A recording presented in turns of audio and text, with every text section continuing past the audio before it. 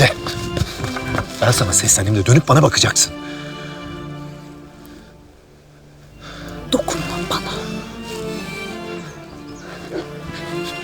Feride.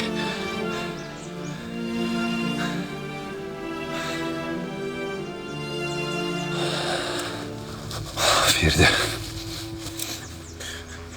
Çok kolay değil mi? Anlayıp dinlemeden çekip gitmek. Çok heveslisin çabucak vazgeçmeye. Kimin kimden nasıl vazgeçtiği ortada. Feride, bak Neriman'la aramda hiçbir şey geçmedi diyorum. Bize zarar verecek hiçbir şey yapmadım. Belli. Aferin. Çok zekisin gerçekten. O kadar akıllısın ki. Yakaladın beni, bravo. Ne olduğunu anlamak için zekaya ihtiyacım yok.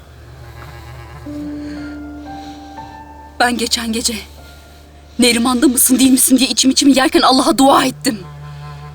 Bir şey varsa bana işaret göstersin diye. Allah şu saçmalıklarına karıştırma. Bir sor Feride, bir sor. Bir sor ne oldu diye. Ama yok. Sen soramazsın. Çünkü gururuna yediremezsin. Eşekler kovalasın senin şu saçma salak gururunu. Sabaha kadar seninle boşuna mı konuştuk biz? Hı? Çocukluğumuzu, ilk gençliğimizi, 15 yılımızı boşuna mı konuştuk Feride? Sen beni yanlış tanımışsın.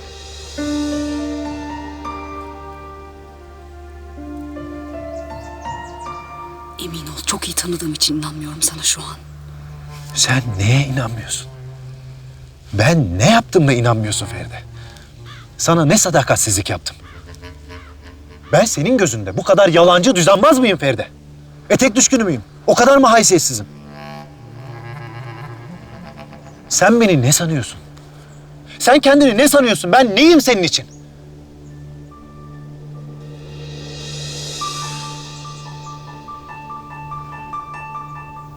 Ben bu saatten sonra senin için hiçbir şey değilim Feride.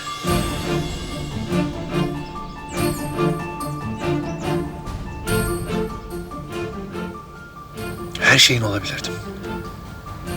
Ama buna sen engel oldun. Sana hayatta başarılar. Şimdi her şeyi çok daha iyi anlıyorum.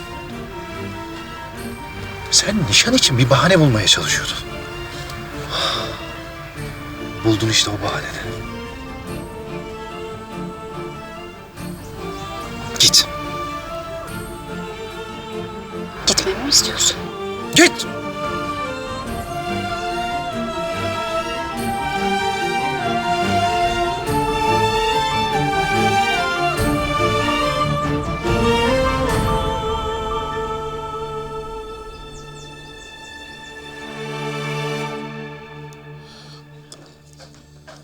Sabah gazeteyi okudun mu Mirim? Jön Türkleri mi diyorsun? Kendilerini lav etmişler. Memleket büyük sıkıntılara gebe. Hayırlısı olsun ne diyelim.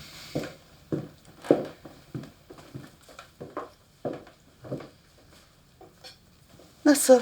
Feride derslerinde başarılı mı hocası? Feride çok özel bir talebe. Laf aramızda 2 günde 3 imtihana girdi. Gelininiz olmak için de sabırsızlanıyor.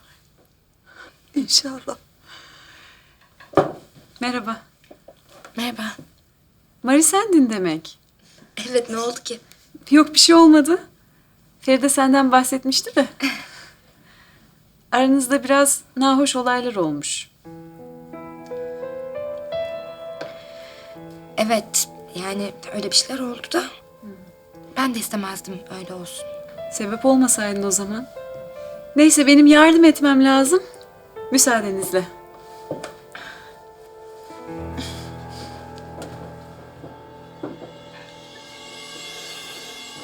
Müşkem.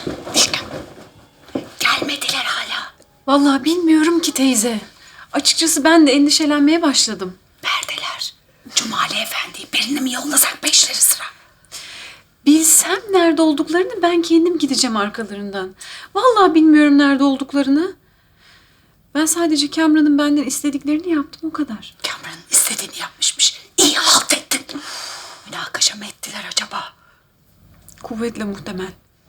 Rahatlığa bak. Ay yok, rahatlıktan değil teyze. Hani onlar öyleler ya, bir küsüp bir barışıyorlar. Ben o yüzden söyledim işte, deli çocuklar. Sus Müjgan, sus. Canım burnumda zaten. Bir de senin gevelemenin çirkene. Çocuklar inşallah. İnşallah. Hoş geldiniz. Alayım. Hoş geldiniz Safiye Hanım. Hoş bulduk. Hayırlı uğurlu olsun. Geç kalmadık ya inşallah. Henüz başlamadık. Buyurun.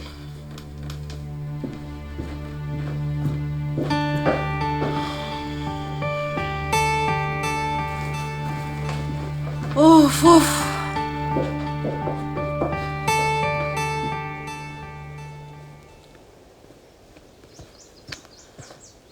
Yanlış yoldasın. Bu taraftan.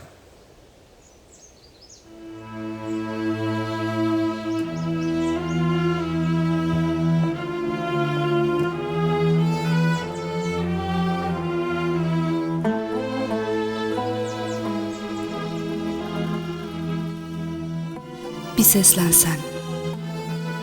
Feride desem. Dönsem, sarılsam sana. Bitse şu kabus. Bana sana koşacak cesareti versen. Koşup gelsen. Seni seviyorum desen. Özür istemez. Dolansan boynuma. Bana seni bağışlayacak yürekliliği versen keşke.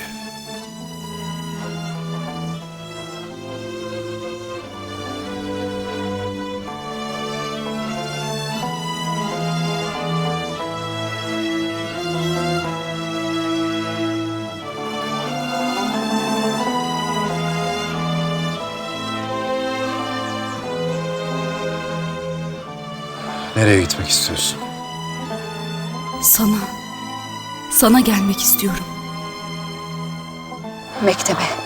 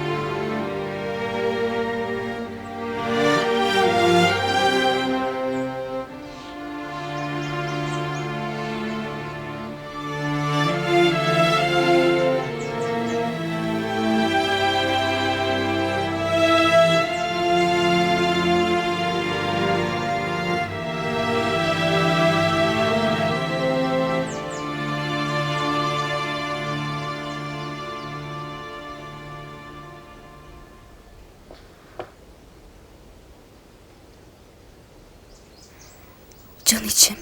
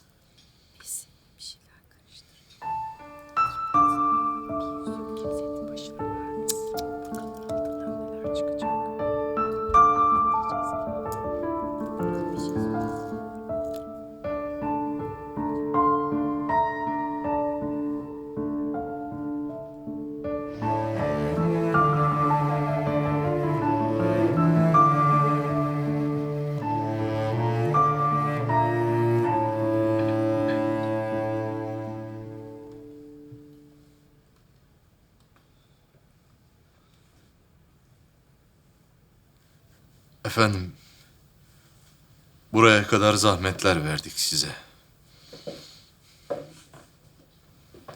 Bizim bu en bahtiyar olabileceğimiz günde bizleri yalnız bırakmadınız. Affınızı rica ediyorum.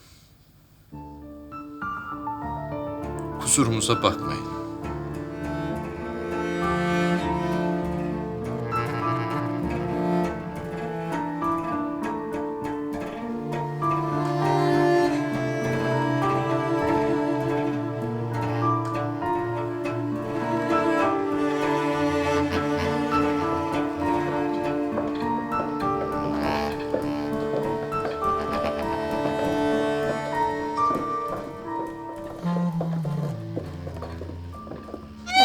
Küçük bir şey.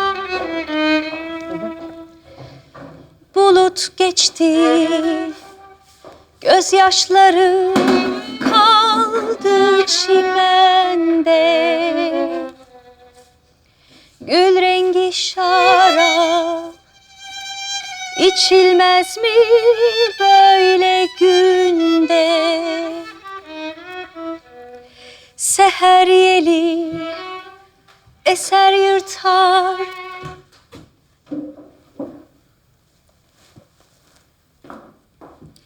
Hekim Bey. Yeli eser yırtar. Hayır mı bu saatte? Yokluk. Ejder bana bir büyük. Güle baktıkça Bir de hayırlısı. çırpınır yürek. Eyvallah.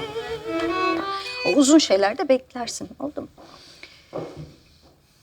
Bu yıldızlı gökler ne zaman başladı dönmeye, kimse bilmez, kimse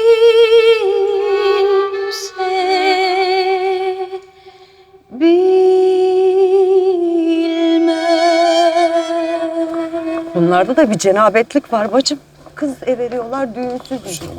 Oğlan nişanlıyorlar, Telaş ne verdik gelin ne sizlere damat de. ortada. Ah anam, Allah kimseye evlatla sınamasın. Burnu çok büyüdüydü Besime'nin, çok. Oğlan everiyor ya, davul dövdürecek. Aha şimdi kafasını dövdü. Ya Ben dedim ama dinletemedim. Kız oğlum istemiyor dedim.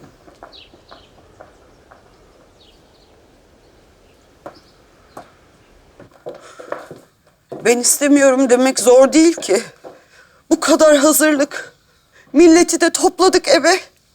Oyuncak etti, oyuncak. Ya Besim Hanım, oğlunun bir kabahati olmadığını nereden biliyorsun? Sen nereden biliyorsun? Ya ben dün Neriman'a gitmedim mi? Teyzeciğim, enişte bir sakin olun lütfen. Sen sus, karışma. Neriman'a gittiysen ne olmuş? Münevvere 40 takla attırıp oğlumu ayağına çağırttığı aşikar. Gittiyse illa koynuna mı girecek o Osman'ın? Benim oğlum yapmaz. O Feride'nin saçının telini sakınır. Çünkü benim oğlum sevdayı, sadakati, sevmeyi benim beyimden öğrendi Müslüman.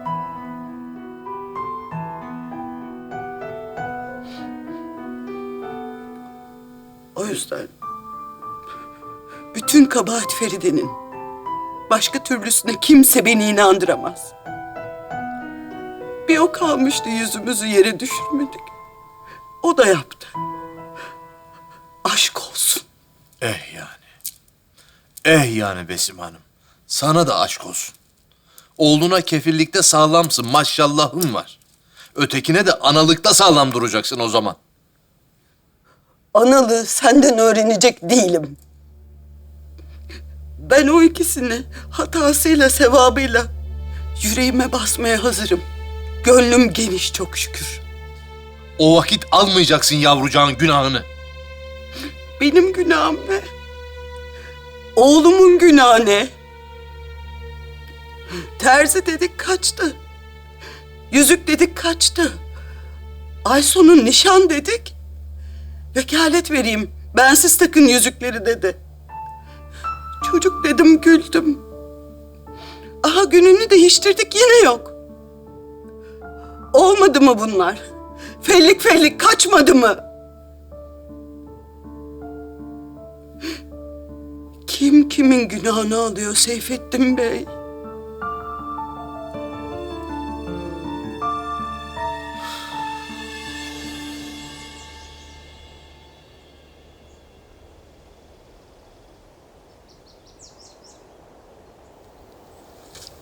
Anne.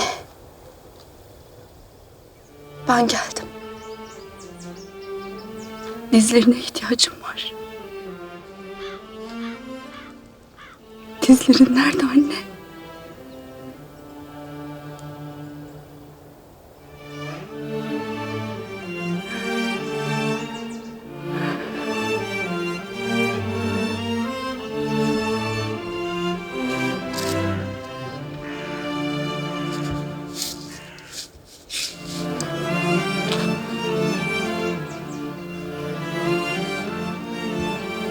O benim doyamadığım kızım.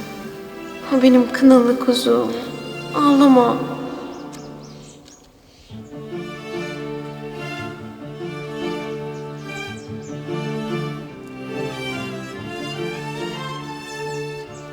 Ağlama. Bu alemden göçüp gidenler için en büyük cehennem, sevdiklerinin gözyaşı döktüğünü bilmektir.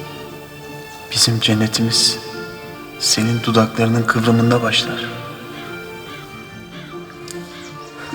Tam şurada. Gülümsediğin, umut ettiğin yerde. Kalk hadi. Kalk benim canırma. Toprak soğuk, üşüyeceksin.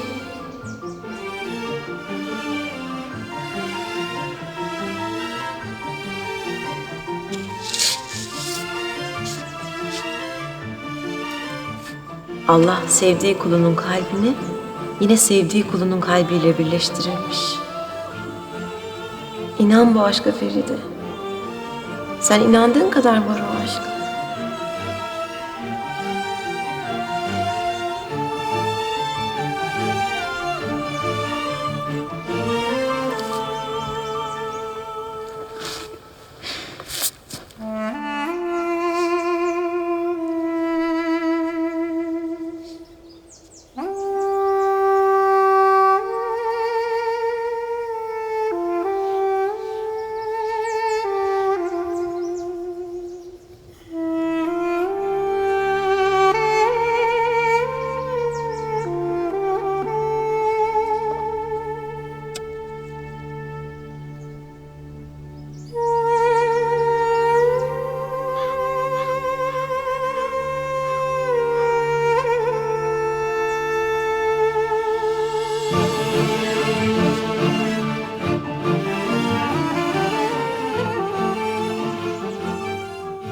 Anne öp. Bir kader ver alnıma dudaklarınla. Onu her gün yeniden sevebilmek için genç ve zarif bir kader daha.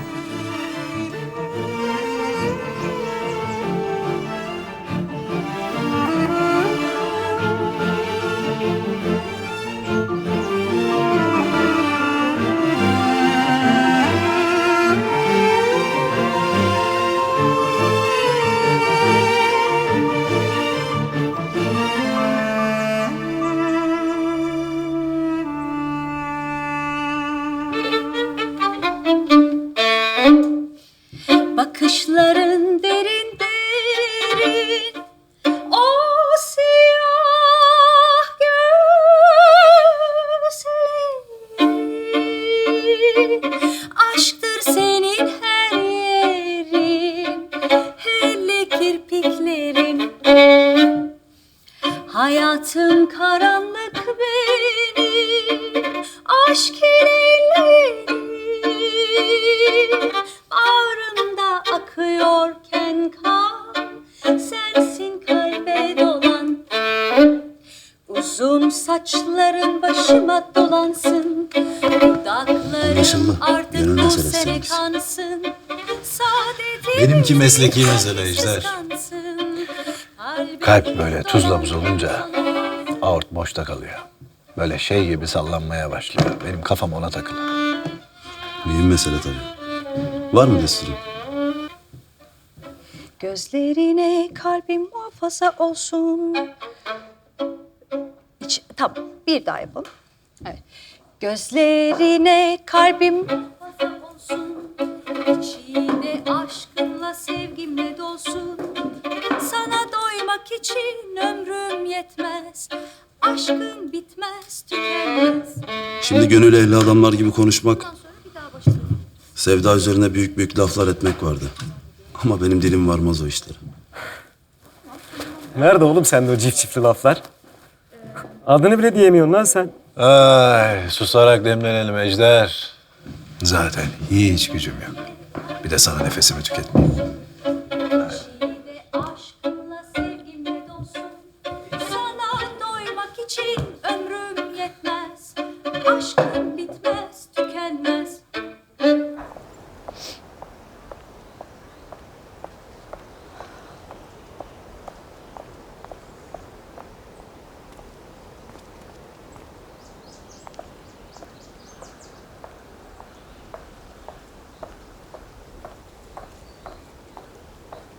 Cumali amca?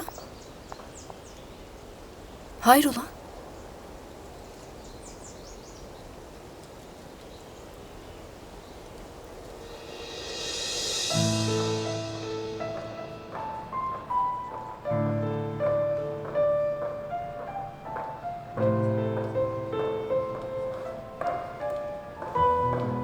Enişte.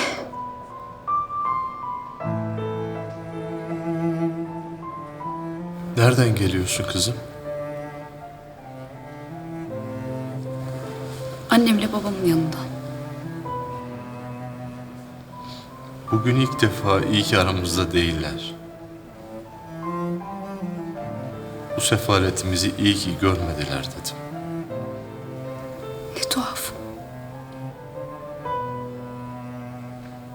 Bense bugün çok aradım onları.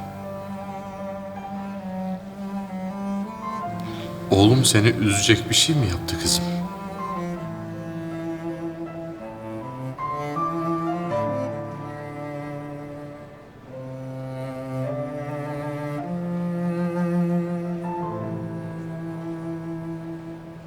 Yok.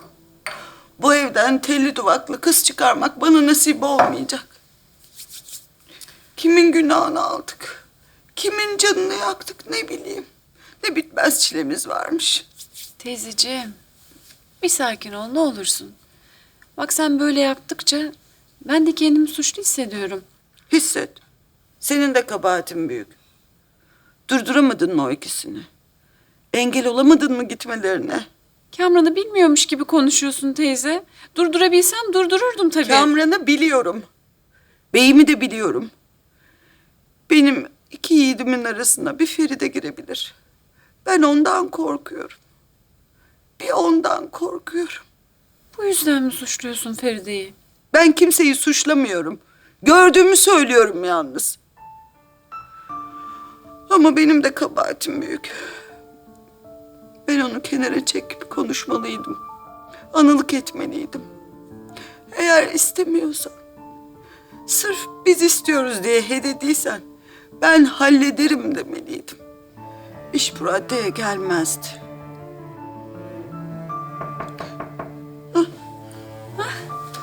Hadi inşallah çocuklar. Gitti mi herkes? Ben de size kısır getirdiydim.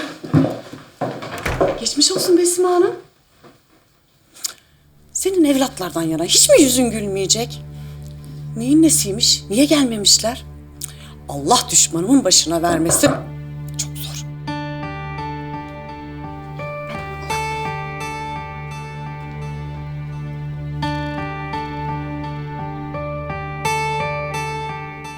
Ne olduğunu bana söyleyebilirsin kızım. Kamuran senin güvenini suistimal etti mi?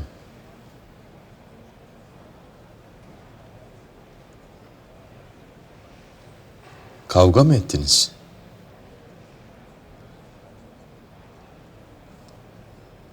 Ne oldu kızım?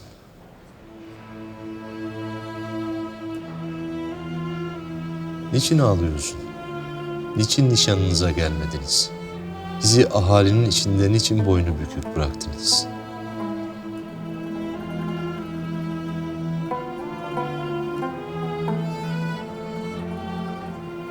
Benim yüzümden enişte.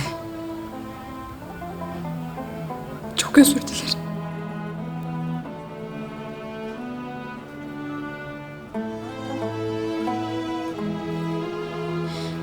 Müsaadeniz olursa ben gidebilir miyim?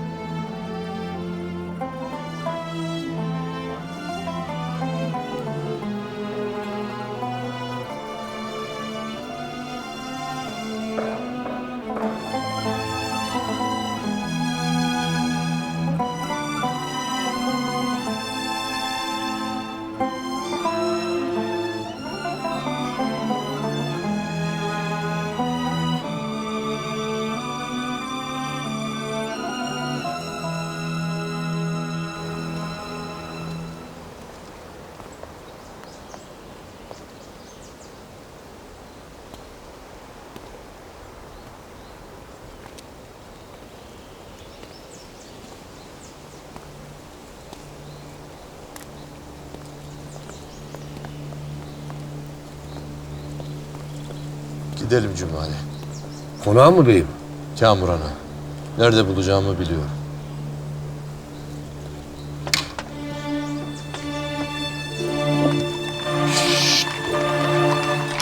Bitti mi yani şimdi? Büsbütün ayrıldınız mı? Bitti demek de biter mi be? Bitmez. Seni bitirir gene bitmez.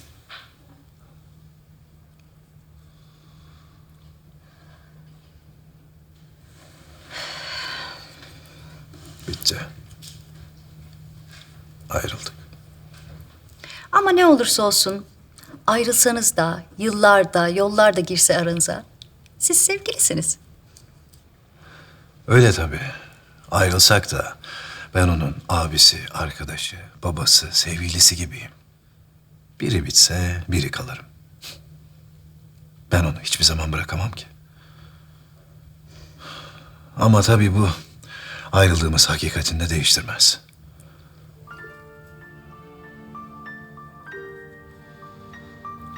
Feride ve ben. Ortadan yırtılmış bir resimden farkımız yok şimdi.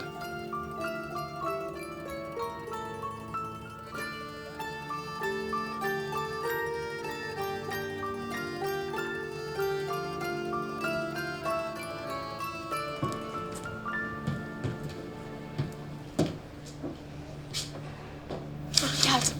Hemşire. Feride.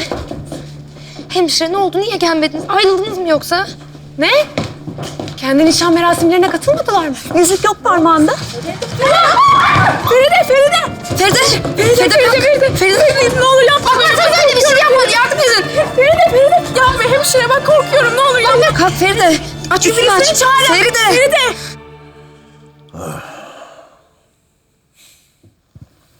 Ejder, şunu tazeleyiver. Senin de maşallahın var birader. Koca köyü içtin bana mısın demedim be. Ya şu adamı susturun, elimden bir kaza çıkacak. Aklınca seninle muhabbet kurmaya çalışıyor. Bakma sen ona, boş ver.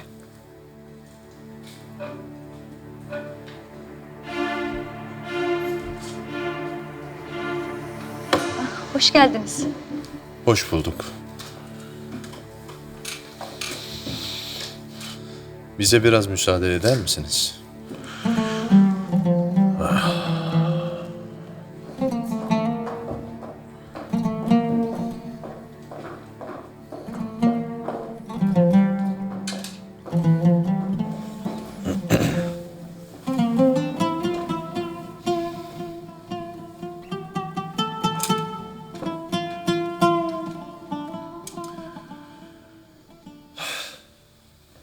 Umut verip, güven aşılayıp yarı yolda bıraktığın insanın gönül sadakasını iki cihanla da veremezsin evlat. Var git ne halt ettiysen düzelt. Al yavrucağın gönlünü.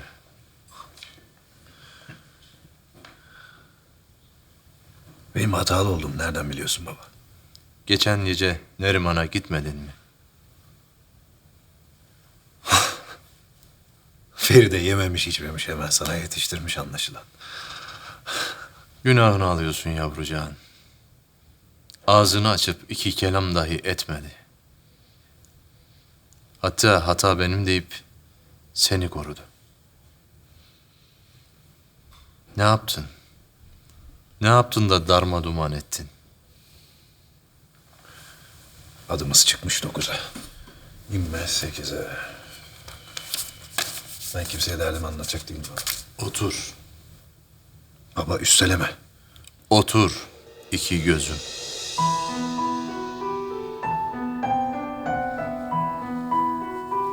Emredersin. Ne yaptın? Anlat. Anlatsam inanacak mısın? İnanmak istemesem sorar mıydım hiç?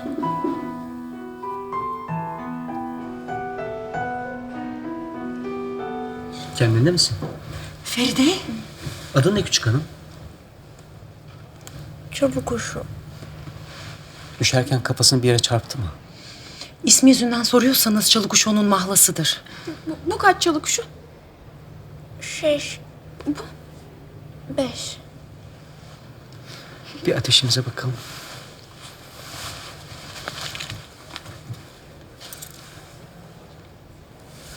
Hayli yüksek. Bir mutasız görsel olacak. Ben Kamuran Bey'e haber vereyim. Sor Matilde. Ben iyiyim, lüzum yok. Hastaneye gitmeniz şart. Aksi halde havale geçirebilir. Tamam. Ben halledeceğim. Siz buyurun. Geçmiş olsun. Masör. İnanın iyiyim. Biraz uyusam hiçbir şeycim kalmaz. Olmaz, olmaz. Michel yardım et Feride'cinin üstünü değiştir. Ben yaparım. Peki. Michel yanında kalsın. Düşersen. Hadi kızlar.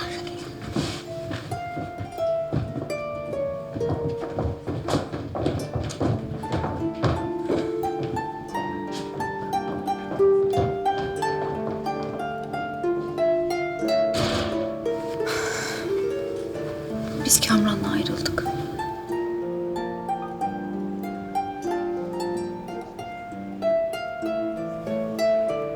Hülasa. Ben Feride'ye ihanet etmedim baba. Ama o bana inanmıyor. Hatta beni o kadar iyi tanıyor ki ihanet ettiğime emin. İşte ben onun gözünde bu kadar şeref yoksunu bir adamım. Ben bu meseleyi çözerim evlat. Konuşurum mektepliyle. Konuşma baba. Konuşacak bir şey yok. Feride inanmak istediğine inanıyor. Ama iki gözüm. Böyle boktan bir sebeple ayrılık olmaz. Anlamıyorsun baba. Mevzu sebep değil ki.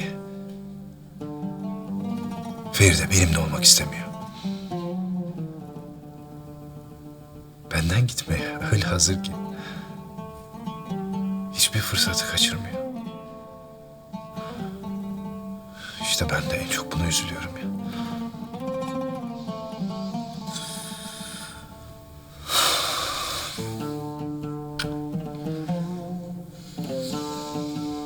Tazele.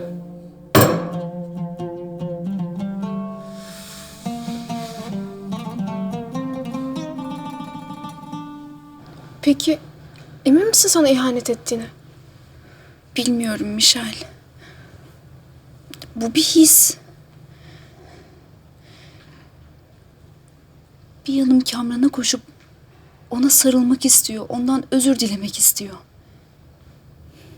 Diğer yanımsa ihanete uğramışlığın acısını çekiyor. Bir şey var. Böyle beni buralarımdan tutan, Kamran'a koşmaya engelleyen bir şey. Neriman'la ikisini yüzleştirsen? Katiyen. Çok çirkin bir tablo. Doğru. Hem zaten o kadın sırf kötülüğüne bir şey olmamışsa da oldu diyebilir. Önerimi geri aldım hemşire. Hadi kızlar, hazır mısınız? Ne yapıyorsunuz?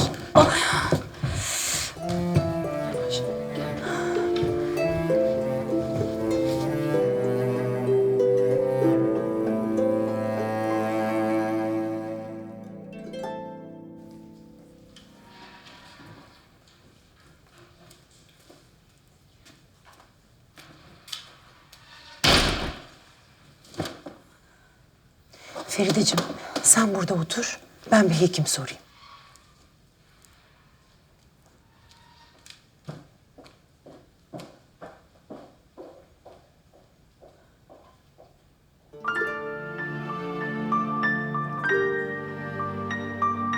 Bilmem farkında mısın ama benim gidecek hiçbir yerim yurdum yok.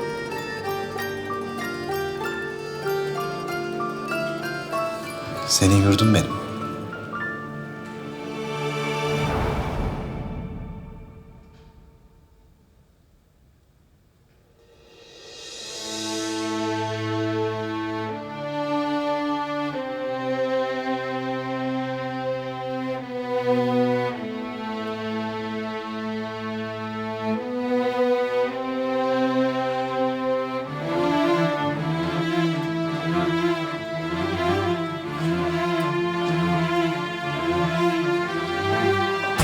Şansımız varmış. Nöbetçi hekim tanıdık çıktı. Başka hastaneye gidelim masör. Feride rica ediyorum. Lütfen masör. Bana dokunmasını istemiyorum. Feride lütfen iyi görünmüyorsun. Uzak dur benden. Yaklaşma bana. Lütfen masör, lütfen gidelim. Feride hadi gel. Dokunmayın lütfen. Dokunmayın. Başka bir hekim çağırır mısınız lütfen? Hanımefendi ben hekimim zaten rica ediyorum.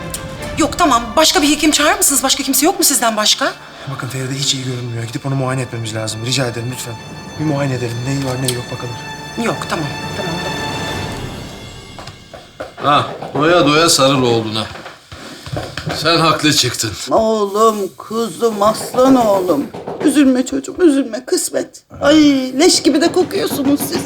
Ya bu kalfalar niye açmıyor bu kapıyı? Ben açtırmadım. Ha, duyan çalıyor, duyan çalıyor. Millet laf arıyor vallahi, bezdim. Böyle olmaz ki canım. Hayda. İyi git aç da sıktır canını. Eline çekirdeğini kapan geliyor. Sanırsın evde ayı oynatıyoruz. Ha, bir meraklar, bir dedikodular. Nişanlısı oldular, geçmiş olsunlar. Ya ver ağızların payını gitsin canım. Allah Allah. Böyle durulur mu ya? Sabahtan beri tak tutup bunu. Otur kızım sen de.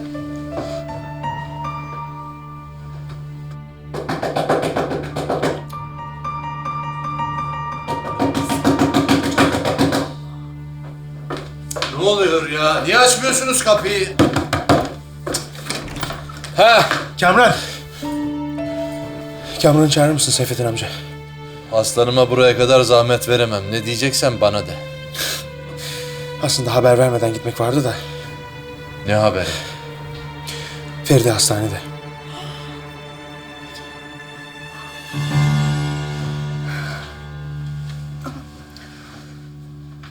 Çok üşüyorum masör. İlaç birazdan tesir etmeye başlayacak Ferideciğim. Sen de kendini daha iyi hissedeceksin. Şimdi biraz uyumaya çalış.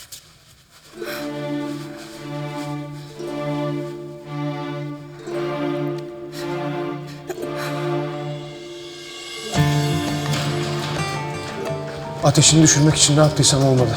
Hala 39,5. Ateşini düşürmeden de başka müdahale yapamıyorum biliyorsun. Nerede?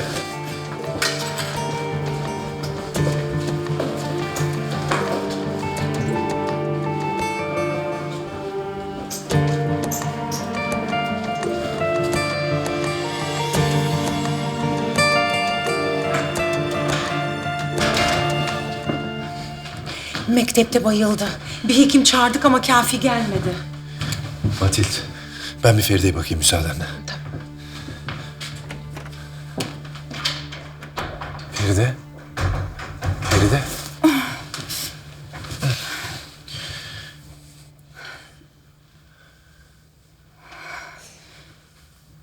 Öldüm, cehenneme düştüm galiba.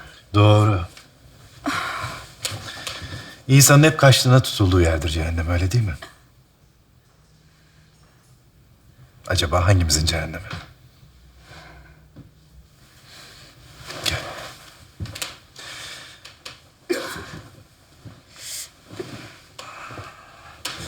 Dur. Heh, gel.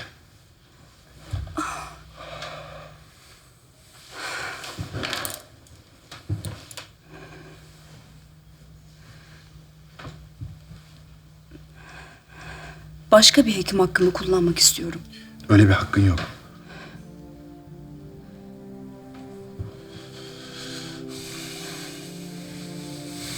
Korkuyorum.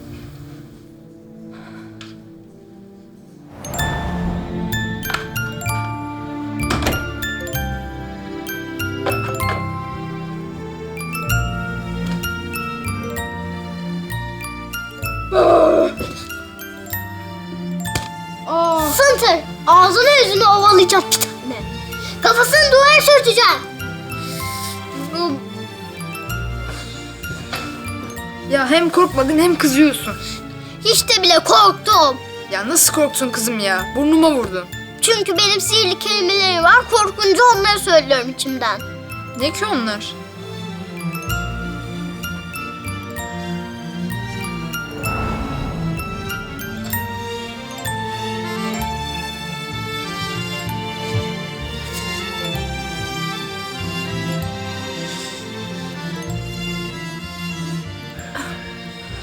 Hadi bakalım. Şimdi derin bir nefes al.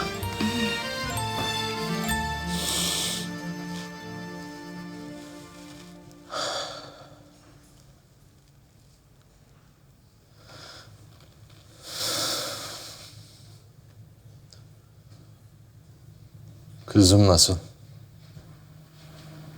Kim? Necmiye. İyi. İyi, bir sıkıntısı yok. Bir gün buyurun gelin. Sizi misafir etmekten şeref duyarım.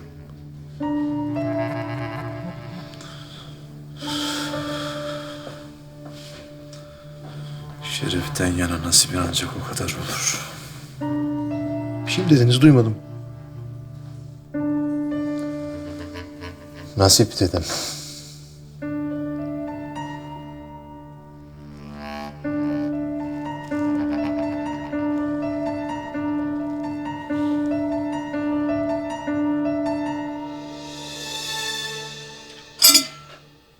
Niye hastalandı ki yavrum? Üzüntüden mi? Teyze biz de mi gitsek acaba? Kamran'ı görmedin mi? Ben de geleyim deyince nasıl dellendi. Selim yanlarında ya. Bizden kimseyi istemez o sinirli. Ah Feride, ah. Müjgan, kötü bir şey değildir değil mi? Ay inşallah teyze. Dua edelim. Allah, dermansız dert verme ya Rabbim. Amin.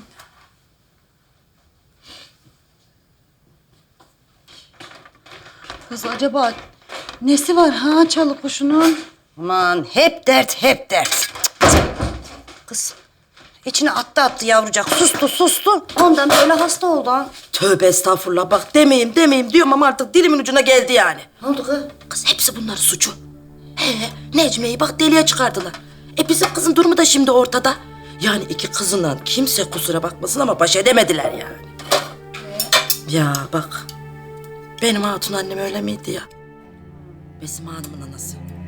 Kız bak kendi 3 kızı vardı. Senle ben etti 2.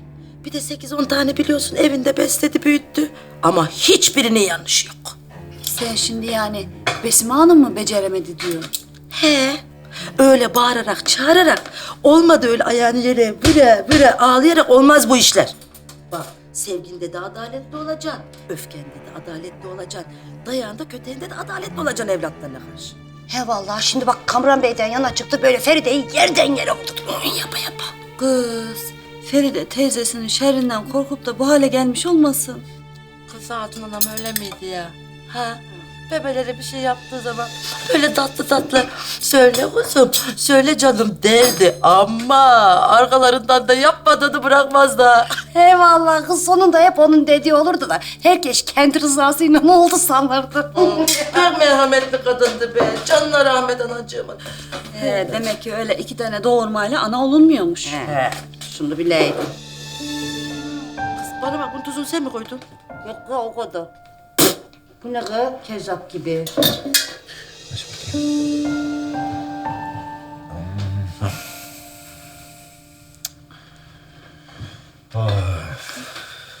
Burada ağrı var mı? Peki ya burada?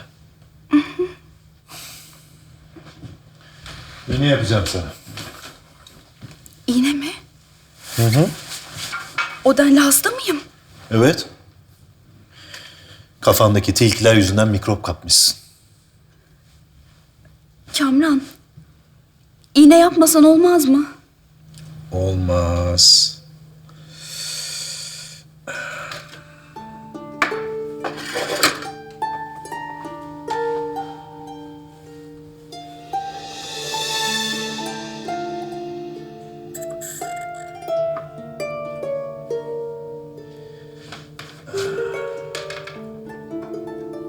Feride.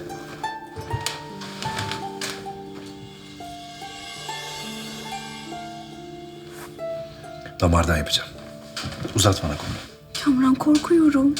Feride. Ben sana zarar verecek bir şey yapmam. Merak etme.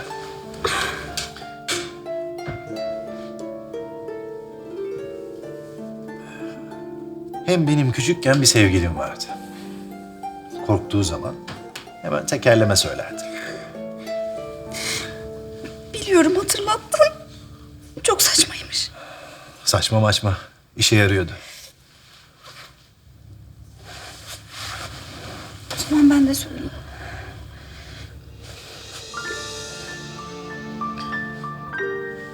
Ya gözümün içine bak. Ya da gözlerini kapa.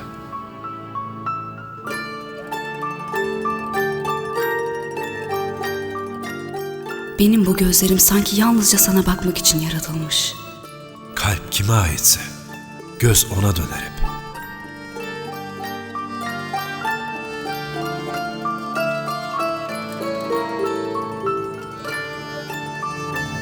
Bitti mi?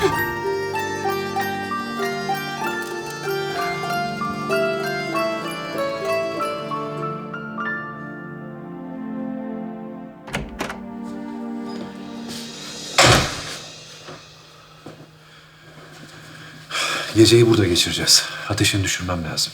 Fena bir şey yok değil mi? Bağışlayın. Olmaması için çabalayacağım. Zatür olma riski var. Görebilir miyim? Şu an uyuyor. Yarın büyük bir ihtimalle mektebe gelemeyecek. Hatta birkaç gün gelemeyecek. Ben bir rapor yazarım. Hastanenin hekimi bir rapor yazar. Yarın mektebe gönderir. Ben yazarım. Gerekirse de kendim bırakırım. Baba. Hadi sen git, boşuna bekleme. Ben buradayım evet. Boş yere uykusuz kalma baba. Hadi. Ben uykuyu sevmem.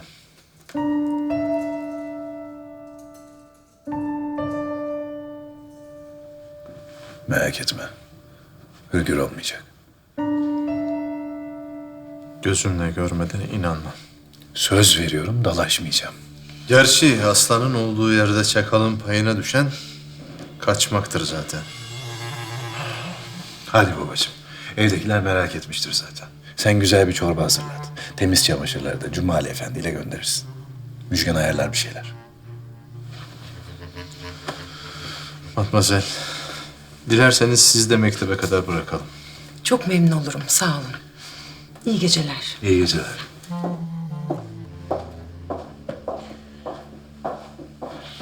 Nedir teşhisin?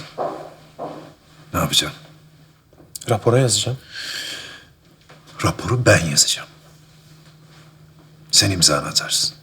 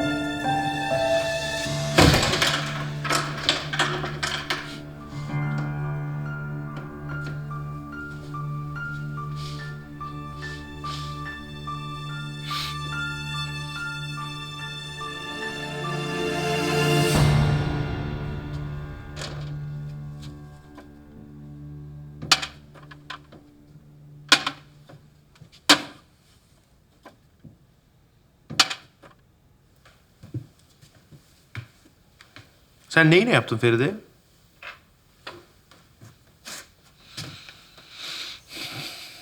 Neden? Yok ya, şu odadaki şişeden mi yaptın? Evet, iltihap söktürücüden. Eyvah. Niye? Ben onun içine başka bir şey koymuştum. Ne koydun onun içine? Şimdi hatırlamıyorum. Yeni bir ilaç üstünde çalışıyorum. Malzemeleri bilmiyorum. Ne koydun lan? Ne koydun?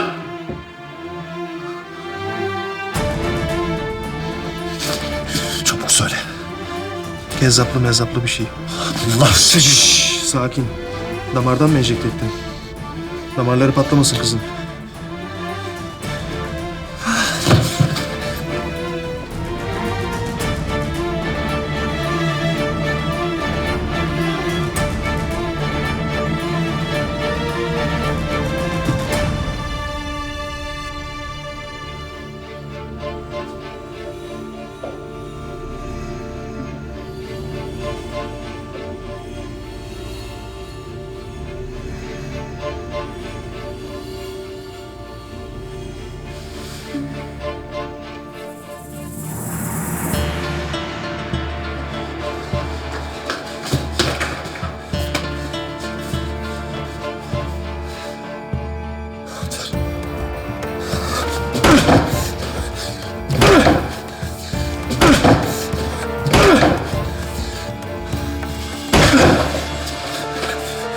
Anahtarını mı kaybettin?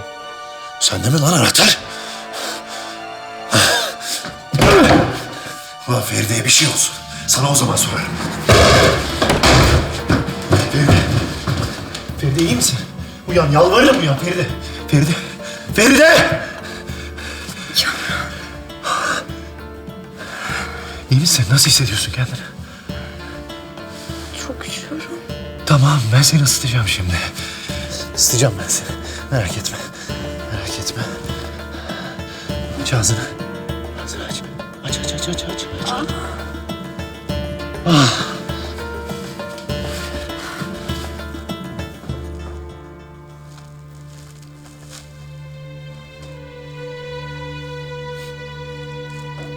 Tam da merhamete gelmiştim. Kapıyı açacaktım.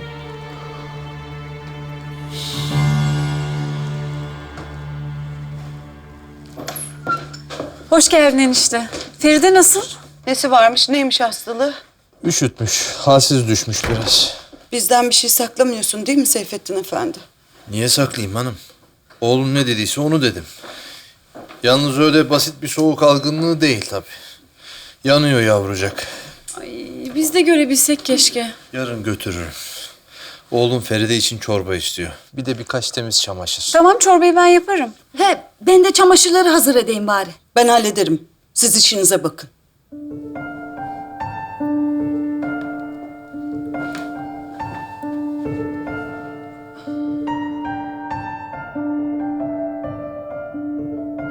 Feride'yi gördün mü? Nasıl? Hep kapı aralığından gördüm. Uyuyordu. Üşüttü, güçten düştü. Zaten yedi kuş yemi 2 lokma. Doğru dürüst beslenmiyor. Bir de üzüldü. Ondan oldu. Ben okuldan ayrıldıktan hemen sonra bayılmış zaten. Sen kötü bir şey mi demiştin? Mevzunun aslını astarını sordum. O da ağladı hep. Anlatmadı bir şey. Neymiş meselenin aslı? Oğlunu getirdiğin zaman sen haklıymışsın demiştin bana. Öyle. Haklıymışsın.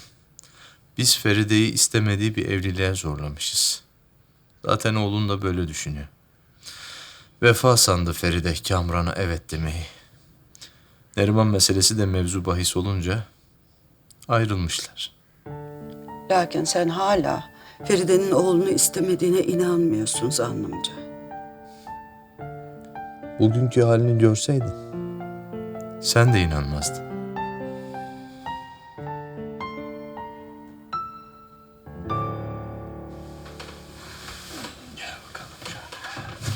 Evet, güzel. Cumali Efendi şimdi sana çorba getirecek. Su ister misin?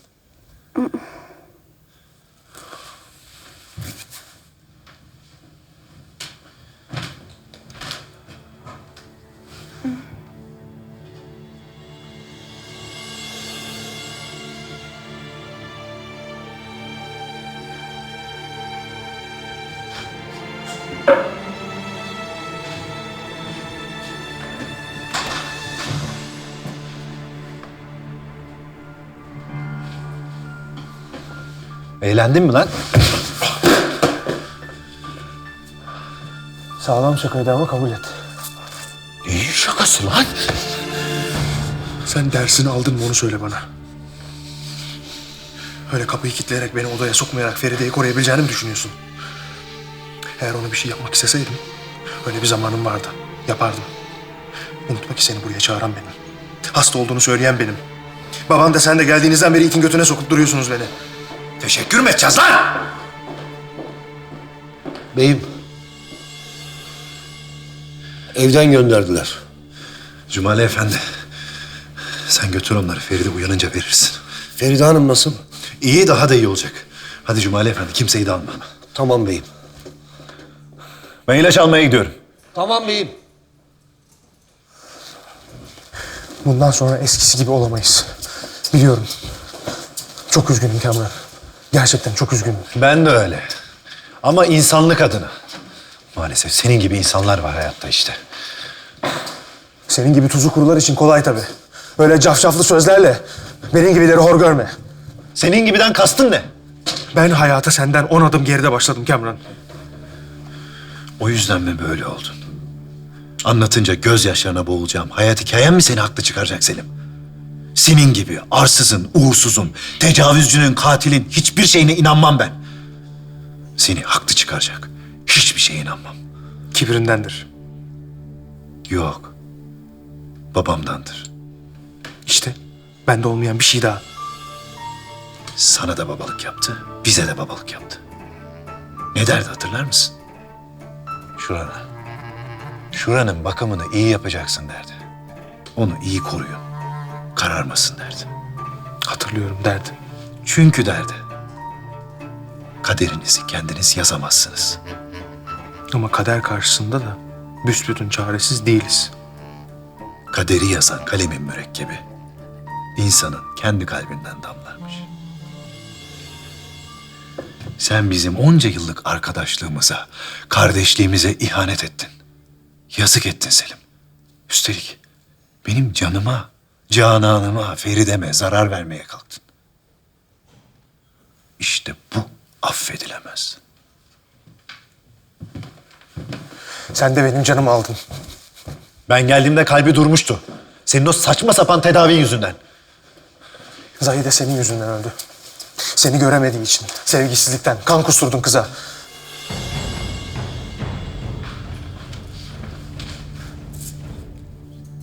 Zahide beni mi seviyordu? Ya. Ne acı değil mi? Sonra ben bir gün Feride'ye tesadüf ediyorum. Planlı bir tesadüf. Levent diyor ki, işte kız bu. Çeyizi sağlam. Kızı al, borcunu öde.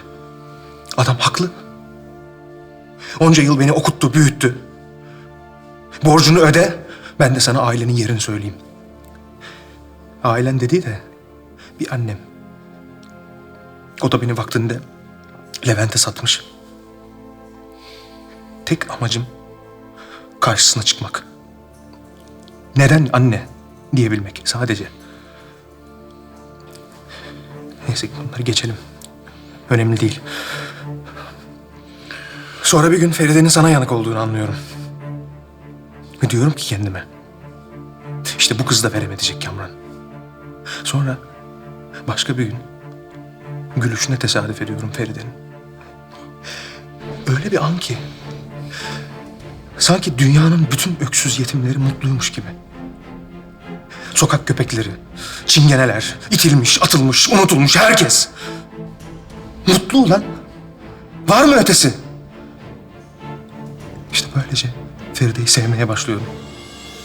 Sonra diyorum ki kendime. Ulan Selim. Bu kız Zahide gibi olmayacak. Hem Kamran'ın sana bir sevda borcu var. Hem de Zahide'nin Kamran'a yandığı gibi bu kız da sana yanabilir. Neden olmasın? Ve böylece kavgamın adı ödeşme oluyor.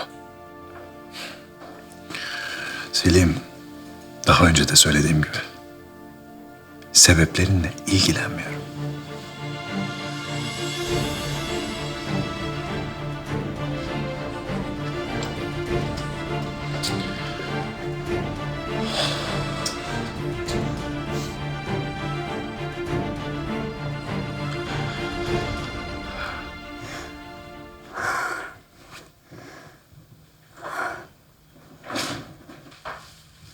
Uyandığımda seni göremeyince Korktun mu? Kapının önündeydim. Korkmana gerek yok. Feride hadi üzerini çıkar. ben kendim yaparım. Ama çıkarmamız lazım. Ateşin yükseliyor.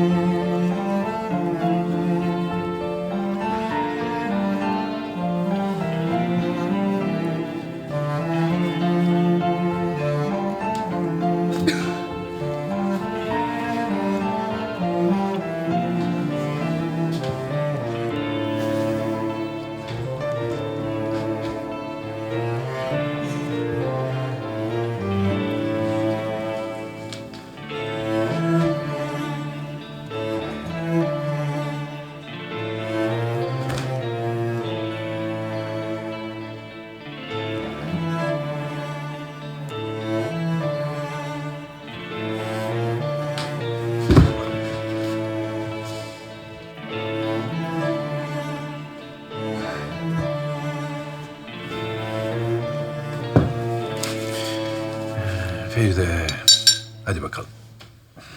İç bir kaşık, iç bir kaşık. Evet. Bir kaşık daha. Hadi. Kamran istemiyorum. Doydum. Feride hadi bir kaşık daha. Bak ilaç vereceğim sana. Hadi bir tane daha. Kamran çok doldum. İçemiyorum. Bir kaşık daha, bir tane. Bir kaşık diye bitmedi o bir kaşık. Vallahi saymadım. Birin nesini sayacaksın? Tamam o zaman. Bir. Evet. Bir.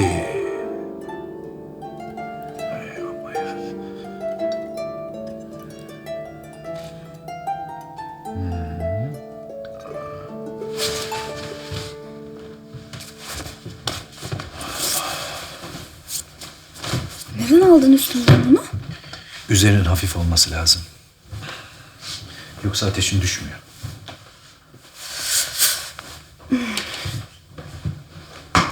Yanına geleyim de seni bir güzel ısıtayım.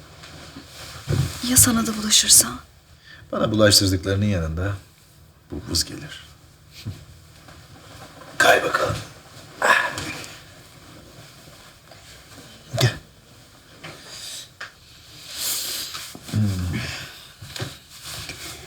Masal da anlat da tam olsun bari. Tedavimizde o yok ama. Sana bahtsız aşık pervaneyle Kaf Dağı'nın ardındaki soylu ama kalpsiz Şem'in hikayesini anlatayım mı? Hı? Sen şimdi Şem'in ne olduğunu bilmiyorsundur. Yok. Ben zekasız olduğum için Şem'in mum demek olduğunu bilmiyorum. Pervanenin de kelebek olduğunu bilmiyorsundur. Şimdi öğrendim. Hekim görünümlü muallim bey. Sayenizde. Gördün mü nasıl bir adam kaçırdım? Mektepte hekim. Hastanede esvapçığın, çorbacığın, Dalga geçme. yatakta dalgıcın. Yatakta soba. Çok sıcaksın. Feride. Onu bir daha deme. Neden? Deme işte. Peki madem. Ne dediysem sanki. Bak şimdi. Pervane bir gün uzakta, çok uzakta bir aydınlık görmüş. Öyle ki yıldızların, güneşin, ayın yanında lafı olmayacak kadar cılız bir ışıkmış. Sevdalanmış. Onun yanına varmaya karar vermiş. Ta Kaf Dağı'nın ardına kadar kanat çırpmış. En sonunda o ışığın geldiği evi bulmuş. Şemmiş o ışığın adı. Camın öte yanında yanan bir mum. Pervane de camın öte yanında çaresiz aşık. Haber yollatmış Cem'e. Arada cam olmadan onu görmek istediğini söylemiş. Aşığın bu isteğini duyan Şem de, bir hayran için vuslatım hayalden ibarettir. Ne aşıklık ne de sevgili hayalleri kurmasın demiş. Aşk ile uslanmış gönlüne, başka kapılarda hayat arasın demiş. Pervane yine de camın önünden hiç ayrılmamış. Şem'in en sonunda kalbinin mührü kırılmış. Merhamet etmiş. Kaldırmış aradan camı. Pervane de vuslatına doğru koşarken evvela kanatları tutuşmuş. Yandıkça fır dönüyormuş Şem'in etrafında. Yandıkça daha yakın dönmeye başlamış. Ve en sonunda oracıkta can vermiş. Son sözleri ise şunlar olmuş. İlla ki aşk, illa ki ateş, illa ki Şem. Şunu bil ki kalbin ahı engelsiz oklar gibidir. Hedefini yaman kavrar ve kavradığı ölür. İlla ki ölür. Kimi sevdadan yanar, kiminin sevdaya yanacak kadar ateşi dahi yoktur. Ki nura ancak yananlar ulaşır. Şem de yanmış o günden sonra. Erimiş can ipi. Ta ki sevgiliye kavuşuncaya dek.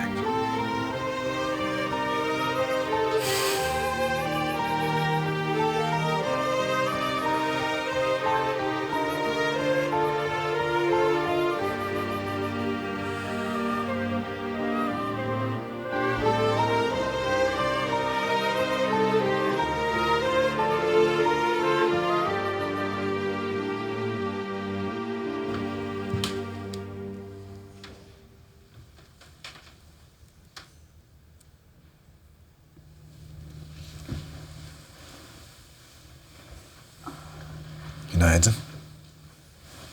İyi miyim? Ateşini düşürdük. Gece boyu hep ateşin vardı. Çok inledin. Şimdi ağrın var mı? Halsizim. Tahlillerin temiz. Birkaç gün sana istirahat yazacağım. Yavaş. Yavaş, yavaş, yavaş. Yazmasam. Ben mektebe dönsem. Olmaz. Dinlenmen lazım Feride. Kamran iyiyim ben. İlaçlarımı verirsin. Ben de dersin başına dönerim ha ne olur. Feride, sen annemle karşılaşmak mı istemiyorsun?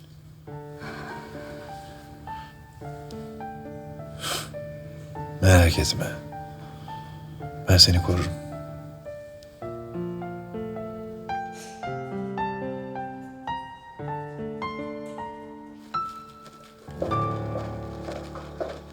Ben hazırım teyze.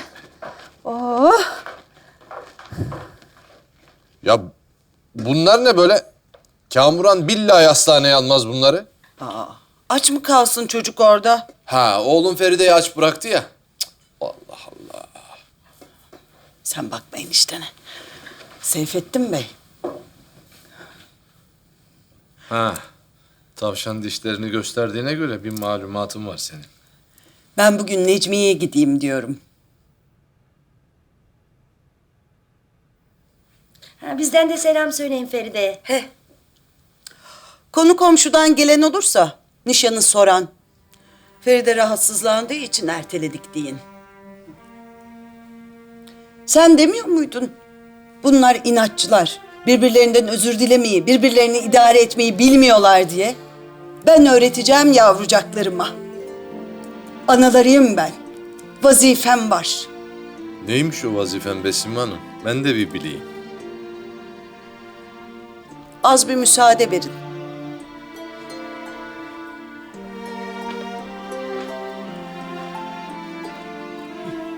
Şimdi ben sana anlatayım. Ben şimdi teyzeme ne söyleyeceğim?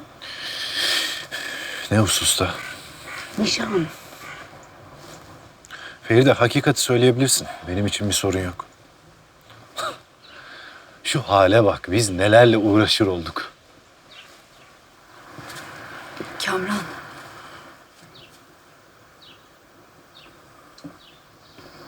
Ben mektebe döneyim. İşte ben de bundan korkuyordum Feride. Benden kaçmandan. Birbirimizin yüzüne bakamayacak olmaktan. Ben bu yüzden Madrid'e gidiyordum. Ama o zaman farklıydı. Gelememiştim. Sen de maşallah bu kızın başına bir şey geldi mi diye merak etmeden, mektebe gelmeye bile tenezzül etmeden öylece almıştım Madrid'e biletini. Bana hayır demenden korkuyordum. Seninle yüzleşecek cesaretim yoktu. Bir de gururum. Gururuma yediremiyordum seninle karşılaşmayı Feride. Ama bak, şu anda senin karşındayım. Dokunuyor mu gururuma? Dokunuyor. Kırgın mıyım? Kırgınım. Sinirli miyim? Hem de nasıl? Ama en çok kanıma ne dokunuyor biliyor musun? Sen artık benim sevgilim değilsin.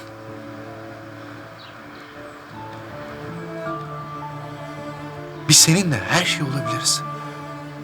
Ama eskisi gibi olabilir miyiz? Hiç bilmiyorum. Canın sağ olsun Feride. Canın sağ olsun.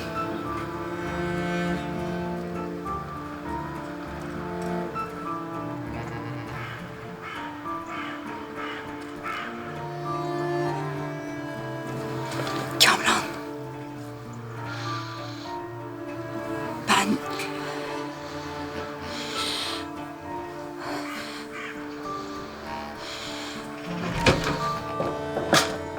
Feride. Canım, biz de sana geliyorduk. Ah. Çok şükür geçmiş olsun. Sağ ol Müjgan abla. Tut şunu tut.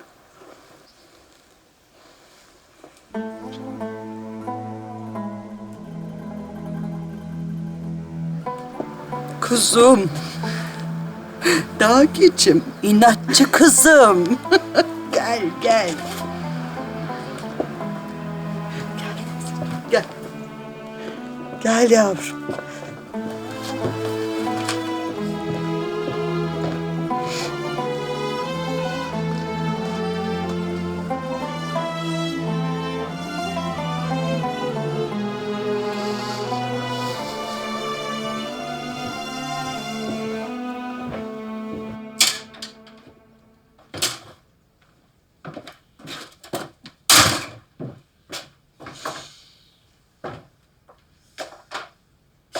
Çay koyayım mı hemen?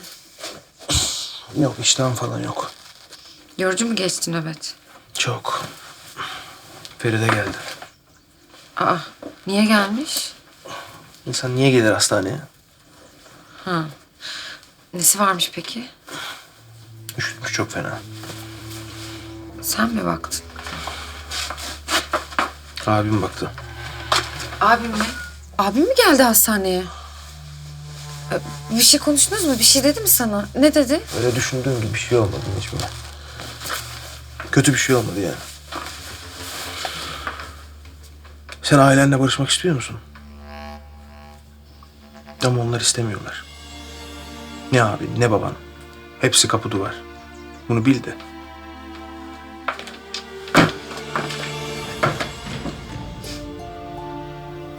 En iyi oldukları husus.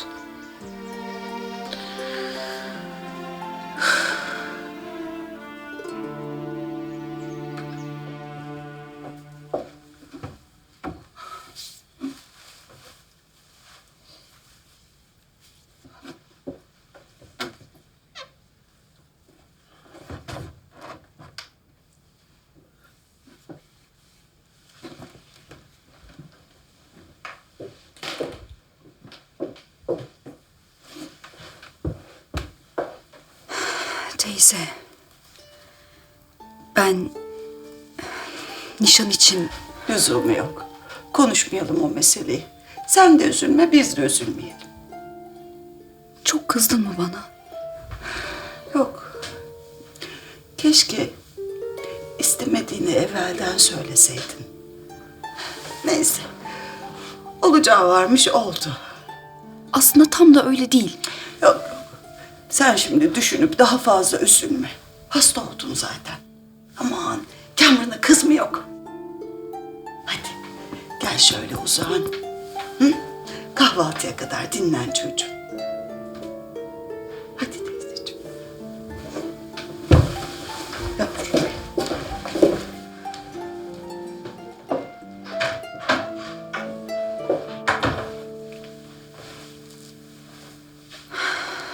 Teyzemle eniştem de bir karar aldılar.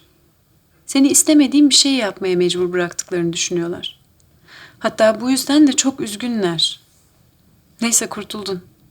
Bundan sonra katiyen Kamran'la ikinizin evliliğiymiş, şu suymuş, bu suymuş, latife konusu dahi edilmeyecek. Ben mi suçlu oldum yani? Ha Kamran'ın ihanet etmiş olabileceği kimsenin aklına gelmiyor mu? Herkes gayet emin. Sorun senin ona inanmıyor olman. Sorun senin nişan hazırlıkları başlamışken kaçıp gitmiş olman Feride. Haklılar bir yerde. Ne ala memleket.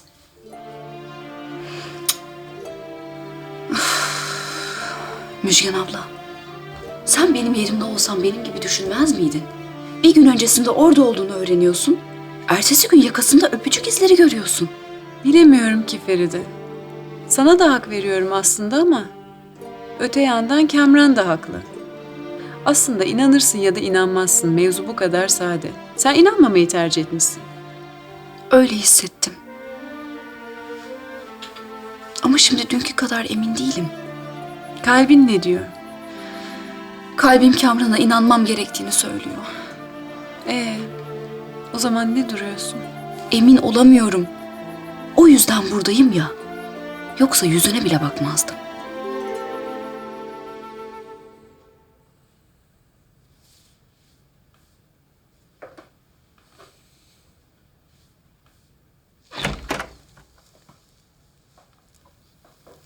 Evlat. Baba. Ne yaptınız? Mektep bile barıştınız mı? Oy. Küs değildik ki barışalım baba. Feride beni istemiyor diye onu suçlayamam. Bunu yapmaya hakkım yok. Evlat. Ben hakikaten seni dinlemeyip Feride ile konuşacağım artık. O da zaten sudan çıkmış balık gibi yavrucak. Baba. Feride mutlu. Allah Allah. Hiç öyle görünmüyor ama. Dün bütün gece birlikteydik. Bu nişan düğün geriliminden bahsetmediğimizde hiçbir sorun yoktu. Çok rahattı. Feride beni eş olarak istemiyor. Evlat bence sen yanılıyorsun. Baba, bence bu mevzuyu kapatalım. Feride'nin mutluluğu, huzuru benim için her şeyden çok daha mühim. Peki evlat. Sen bilirsin ne diyeyim. Öyle olsun.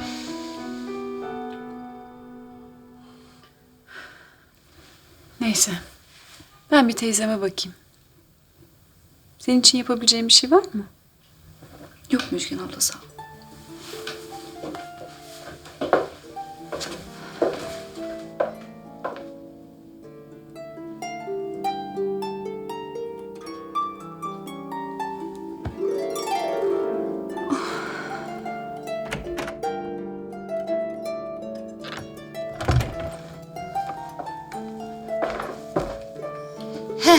Feride'ye bakayım dediydim de geldiğinde öpemedim, bir hoş geldin edemedim. Feride istirahatte. Başka zaman.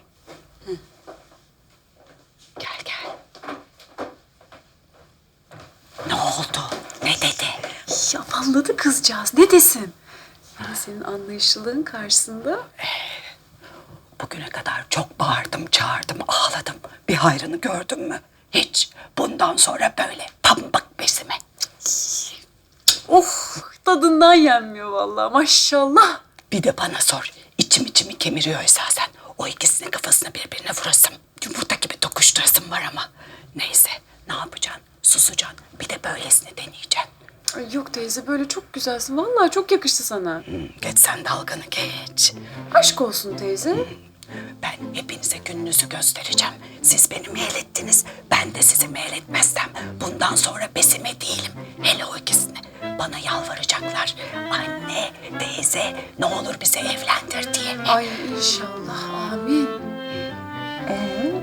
Sırada ne var?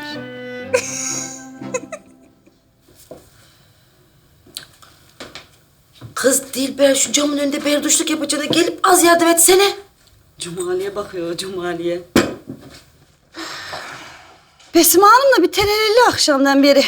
He, bir sıkıntısı tıkırtısı var da hadi hayırlısı. İtten köpekten ayrı davranmıyor bize maşallah. Kız yoksa bir kabahat mi işledik ha? Abo, kız bu yoksa konuştuklarımızı mı duydu? Yok be. Üst katalardı. Vallahi duydu. Nasıl duydu bilmem ama vallahi billahi duydu. Kadının her bir hareketi değişti görmüyorsunuz mu? Çok ayıp oldu kız. İyi bir şey yaramışık. Bundan sonra bir isteğiniz, bir arzunuz varsa bacılar bol bol Besime Hanım'ın kulaklarını çınlatak bizde. He, hiç olmazsa yerine getirir.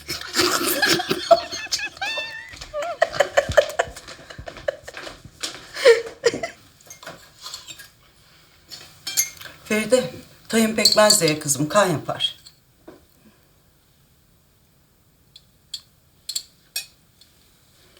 Çok güzelmiş.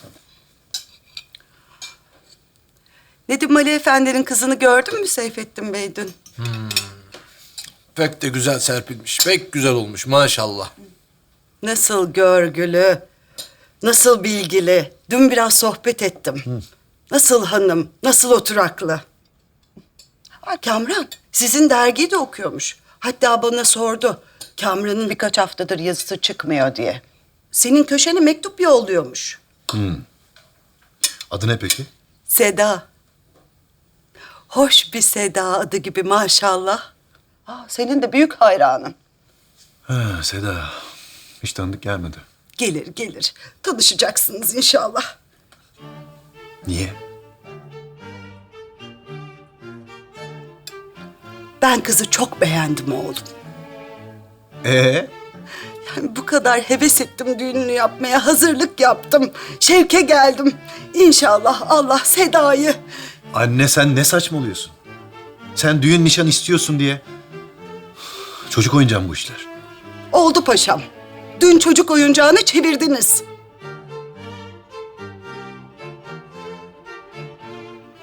Baba Allah aşkına annem ne söylüyor? Vallahi ben annene bir şey diyemem evlat. Kadın haklı neticede. Seni de hayretle izliyorum şu anda baba. Vallahi neyle izlersen izle iki gözüm. Senin de zamanın geldi geçiyor.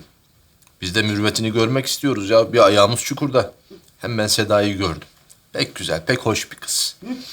Feride'nin kısmetine engel olmamak için önce senin baş göz olman lazım. La havle ve la kuvvete.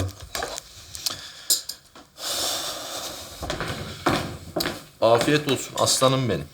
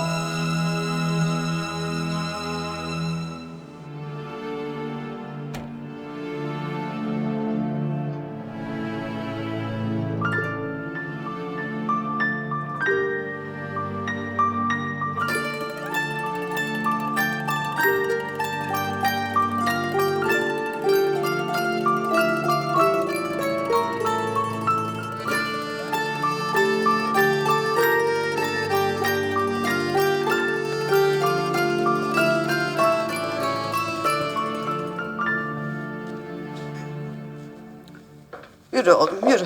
Gel. Gel. Bak nevesler çocuğum. Hatırlarsın.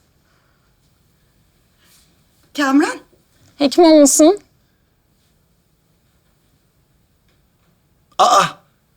Sidikli nevesler. Ne haber? İyi misin? Maşallah. Otur anne otur.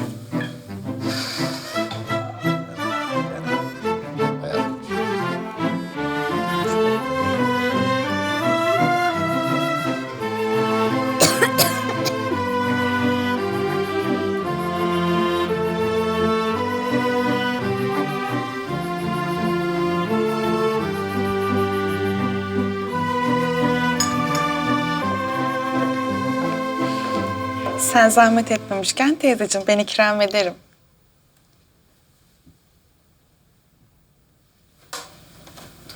Bana teyze dedi.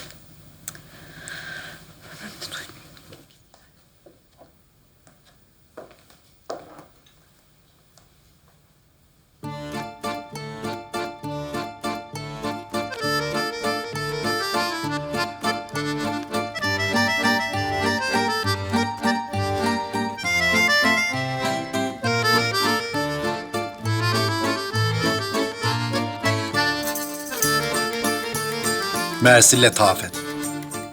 Kaç yaşındasın? 17. Yuh! Ben de 12.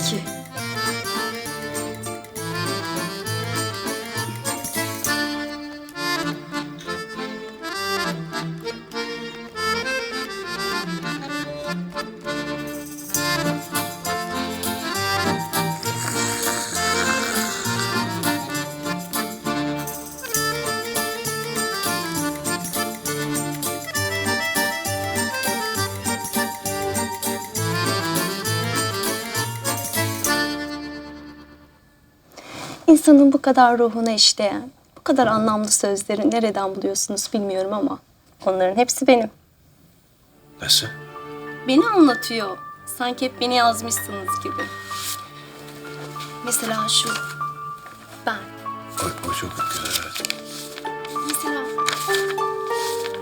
şu. Ben. Tıpkı ben. Çok acayip yazmışım.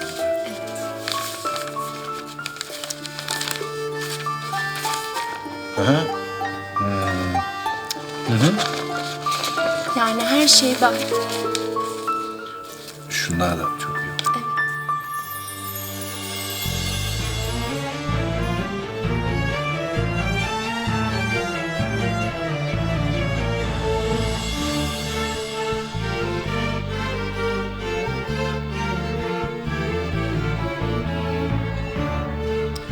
Zülcihan, aferin yavrucum. Çok zor bir model.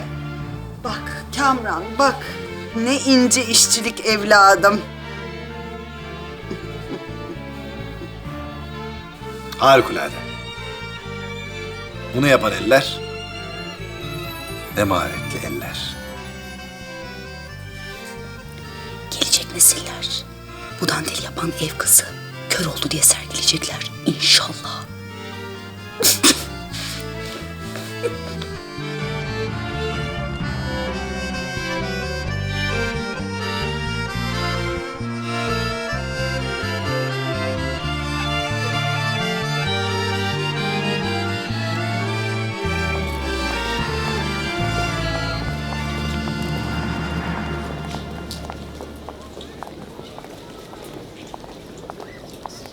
Hocam derste devam edecek misiniz?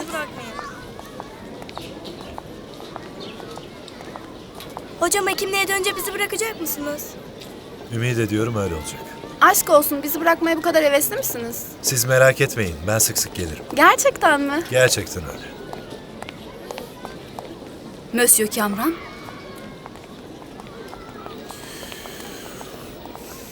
Bize verdiğiniz ödev acaba şu muydu? Ne ödevi? Sıntır sistemi. Pardon, sinir sistemi. Ben ödev verdiğimi hatırlamıyorum. Evet, vermedin çünkü.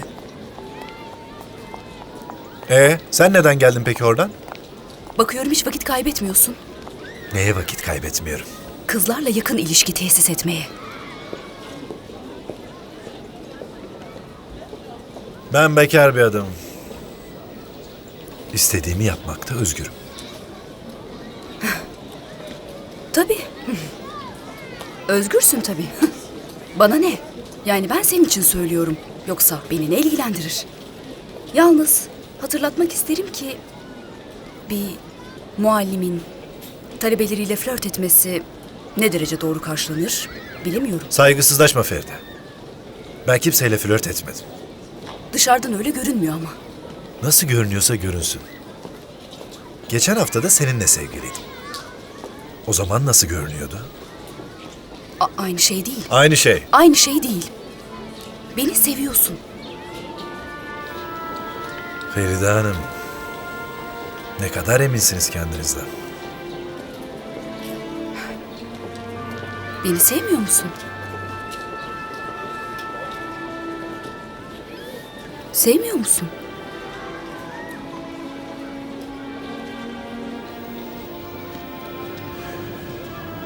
Seni sevmiyorum.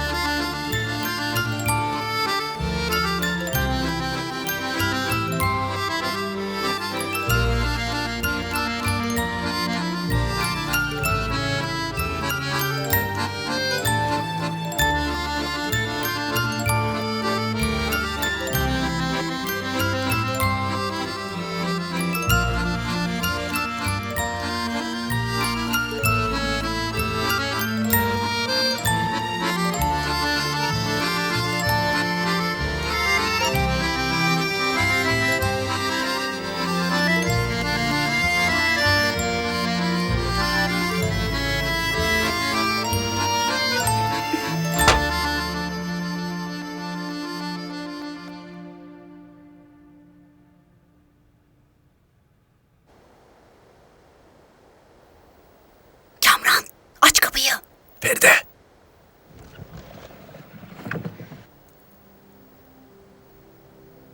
Ne yapıyorsun? Kamran, kapıyı aç. Çok yorgunum, hayır. Şşt, tamam, tamam.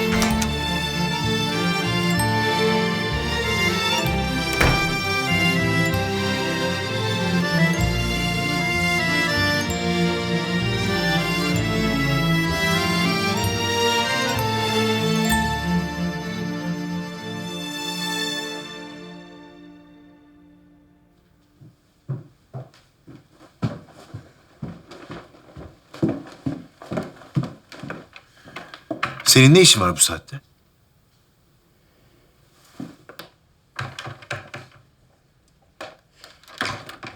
Bugün beni sevmediğini söyledin. Evet.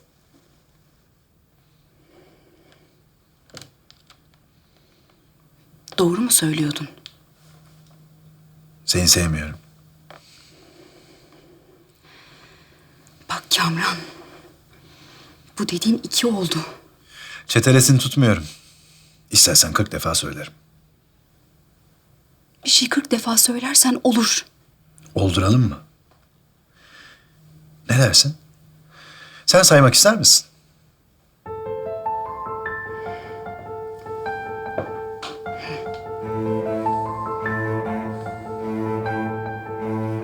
Peki. Seni sevmiyorum. 3, Seni sevmiyorum. 4, Seni sevmiyorum. 16, Seni sevmiyorum. 17, Seni sevmiyorum. 38, Seni sevmiyorum. 39.